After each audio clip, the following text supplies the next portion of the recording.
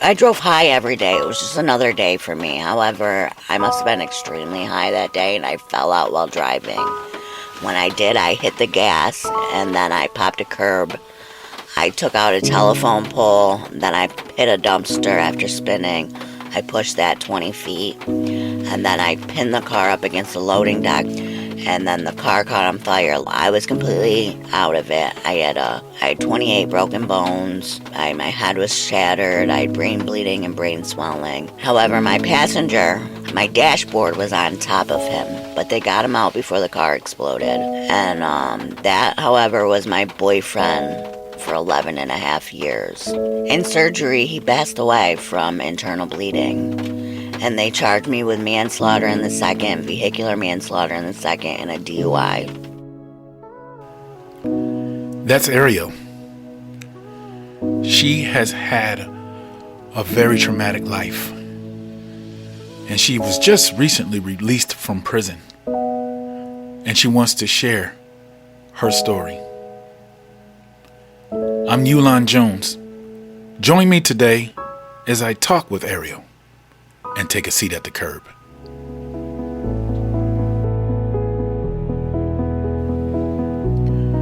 Welcome to a Seat at the Curb podcast.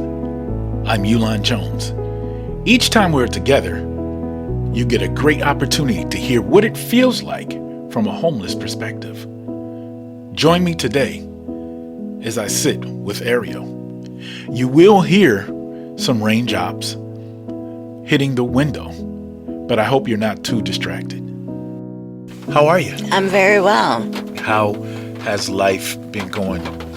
So far, my first couple days, I was pretty manic, to say the least. It was all a lot for some reason, but I've chilled out and it's good. I'm free. I'm glad to see you. I'm really glad to see you. Too. You still got the pretty smile. And where's Mom? Mom is in the house right now, but we're from Bridgeport, New York, because we moved here after Mom got out of prison. She was a single mother. She stripped, but she also sold drugs. Mm-hmm. She had 2 kids. Exotic dancer, stripper? That's what you're saying? Okay. Mm-hmm. And then she sold drugs, and I was there the night the house got raided. But she went to prison for a year and then came home on work release, and this is where we've been. However, I started running away really young, but this was always home, so. So when your mother was gone, who? My grandmother had us, and it was a lot different being with Grandma because she had rules that Mom didn't have. We had bedtimes. We couldn't watch the TV while we fell asleep. Bed had to be made. Clothes had to be hung up. Mom just wasn't very strict, I guess. I don't know. So that was a tough adjustment. It was a big adjustment, yeah. Where was Dad? Well, Dad, he was always in and out of my life. He beat my mother a lot, and then he was in and out of prison. However, I yearned for my dad. I had this daddy girl syndrome even without him. Mm-hmm. And then when I was about 18, 19, he was home from prison, and I decided to start hanging out with him. However, hanging out with him, we were not father and daughter. We became friends. Well, bad friends in a sense. He did drugs with me, and he would shoot me up with drugs if I couldn't hit myself because I was an IV user. He would take me escorting to my clients and stuff. And then eventually he ended up raping me. And I still actually contacted him after that because I just kept looking past the fact that he was my father. That, or I had Stockholm syndrome, and he always had drugs too, so I think that played a lot in it too. So let me kind of back up. So when did your drug use start? Well, I was always smoking weed. I started smoking weed when I was really young, 10, 11. I was a young girl in this neighborhood, and everybody was between the ages of, 10, 11, up to 18, 19, and we all smoked pot together. It was just very innocent. We were smoking pot. However, when I was 13, I started hanging out with an older man in the neighborhood. He was 21. And I thought I was in love, and he was already addicted to heroin, and I didn't know much about it. He started me with pills first, opiate pills, and I got hooked quick, and then next thing I know, I'm shooting heroin and cocaine. And that started at? About 13. You started the heroin and cocaine at the age of 13, and you met. John Shoop. Okay, and he was. He was 21 when we got together. He was technically my boyfriend. A lot went through with me and him. However, when I was 16, I took a charge for him, and I got put in county for the first time ever. And then they sent me, it was my second rehab, but they sent me to a long term. And I ended up pressing charges on him eventually. So there was a lot of domestic violence? Well, no, I pressed statutory rape charges on him. Statutory rape charges. So when did you become active with him? Was that your first? No, he wasn't my first, but he just ruined my life, and Okay. I was a hurt little girl, and I had found out he had a friend of mine pregnant while I'm doing a bid for him, and at the end of the day, I was angry, and I looked at it as he ruined my life. So you were fully addicted at 16? Oh, I was fully addicted at 13. At 13 years old? Well, pills, I stopped doing pills once I hit the bags. Okay. So now let's kind of skip up to your father. He's a character. Okay. Tell that again. Well, we did drugs and stuff together. We hung out a lot together. He would, if I had a client to go see, he would drive me there if he had to. I remember one time I had a client that wasn't trying to give me my money, and I texted my dad to come up to the hotel room. My dad came in and ended up slamming the guy. So, like, he was, like, kind of like a little bodyguard in a sense. However, we ended up getting really high one night, and he ended up raping me. We were out in Geneva. That's where he lived. And I still, like I said, I still hung out with him after that. I don't know if it was like Stockholm Syndrome or if it was just because he always had drugs and stuff. And then he was my dad. Like, I just kept looking at it like that. He was my dad, like. But it wasn't something I wanted to do. It wasn't like, I was like, yeah, Dad, let's have sex. Like, I know the wrongness to that. But it happened, and I still stayed in contact with him. The January right before I went to prison in 2023, I went July 31st, 2023. But in January, my father was found in a hotel room with a needle in his arm. He passed away. He overdosed. I'm sorry to hear that. He is honestly the one person I have never shed a tear for. Okay. And I don't know if it's because of I just know all the trauma or just... At the end of the day, he just wasn't a good man. And growing up, my mother always warned me to stay away from him, and I just thought it was because, like everything they've been through, I didn't know how evil he really was. When did you first start prostituting? At about 16. And what started that? My drugs. I needed money, and my mom, everybody knew I was on drugs by then. I had already been to my first rehab. I had already been to jail and stuff, and unfortunately, sex sells, and I knew that. And a couple of the girls I got high with, they were already prostitutes, so they introduced me to it. So in that, what was the first time, like, do you recall? I can remember it. I really, I don't know, I kind of just set it aside. Like, I kind of disassociated myself with it. I had started looking at, like, sex as a term of a verb. It's just an action, unless there's emotion and stuff to it. It was just something to get by. So it didn't, I don't know, it didn't bother me, I guess. I was too consumed into my addiction and needing the money, and so I didn't let it take my soul, I guess. I just disassociated with it. Do you have children? No, not yet. However, I am getting older, and now that I have my stuff together, I do want to have a child now. I got mommy fever bad. Tell me a little bit about prison. Well, I did a lot of county time, and because I was always in and out of county, because I always had warrants, county knew me. They called me by my first name in there, all the officers. I knew all the people in there, all the girls that came and went. County never bothered me. I did so much county time, it's ridiculous. However, prison was a lot different. Granted, there are more freedoms. However, the way everybody was, I mean, we don't get drugs in county. We never did. In prison, we do. And they walk around all day smoking sticks, which is the K2, the spike. And I had a problem with that, too, during my addiction. And I had to deal with that and not do it. It was very racy in there. Us white girls were always dirty. We're always crackheads. And we're always X, Y, and Z. So I was a very easy target because I'm disabled, and everybody knew that because, unfortunately, I'm too honest. So people knew I couldn't go get in a fight because half my skull is acrylic. If someone hits me in my head, they could downright kill me, paralyze me, turn me into a vegetable. So, I had my locker popped twice. I had someone wrestle me on the walkway from commissary with my commissary. I'd been screwed with a lot in prison because I was a very easy target. I think the worst was being robbed because, during my addiction, I'd been robbed and stuff. But, in prison and my disability, I never expected it.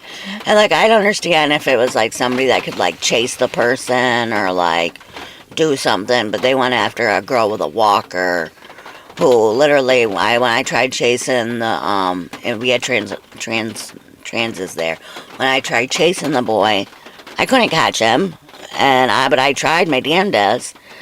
And then when they popped my locker, there was nothing. And because of the halt law, you can get away with murder in there. Nobody gets in trouble anymore for anything. Everything, they got away with everything. And I just think those were the ones that hurt me the most. And the extortion, I had someone try extorting me. And I had to, just to get away from the person, I had to OB myself, which is observation. I had to put myself in a turtle soup for a couple nights so they moved my dorm. And when I went into that was when they popped my locker the first time. On a different dorm, they popped my locker another time, but other than that. Because then my mom had to go and replace everything, and prison, things are cheaper, but prison is not cheap. What does the loneliness feel like? Through all the years, I know you said you yearned for your father, so there was something. And it's funny you say that. I used to, ever since I was little, I never wanted to be alone.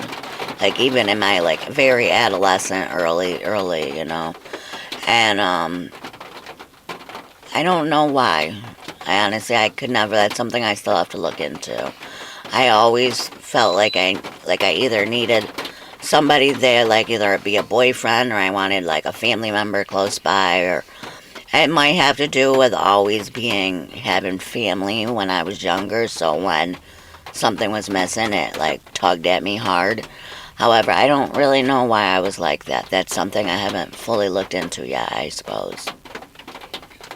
You mentioned prison, and I know there's a even bigger story behind that, and you mentioned part of your skull missing, and what is that story? So, like I said, I was in and out of county a lot. I always assumed I would end up in prison. Whether it would be, I was never a thief or nothing. It'd probably be drug charges or something like that. Wouldn't be prostitution, that's just a slap on the wrist. But I always figured I'd end up being drug charges. However, in mid-March, I had woke up from my coma. And I looked in the mirror next to the hospital bed, and all my hair was gone, and I had half a skull. There wasn't anything there yet. And I looked at the nurse and said, "Oh my God, I overdosed and cracked my skull," because that was all I could think of. And she said, "No, honey, you crashed your car."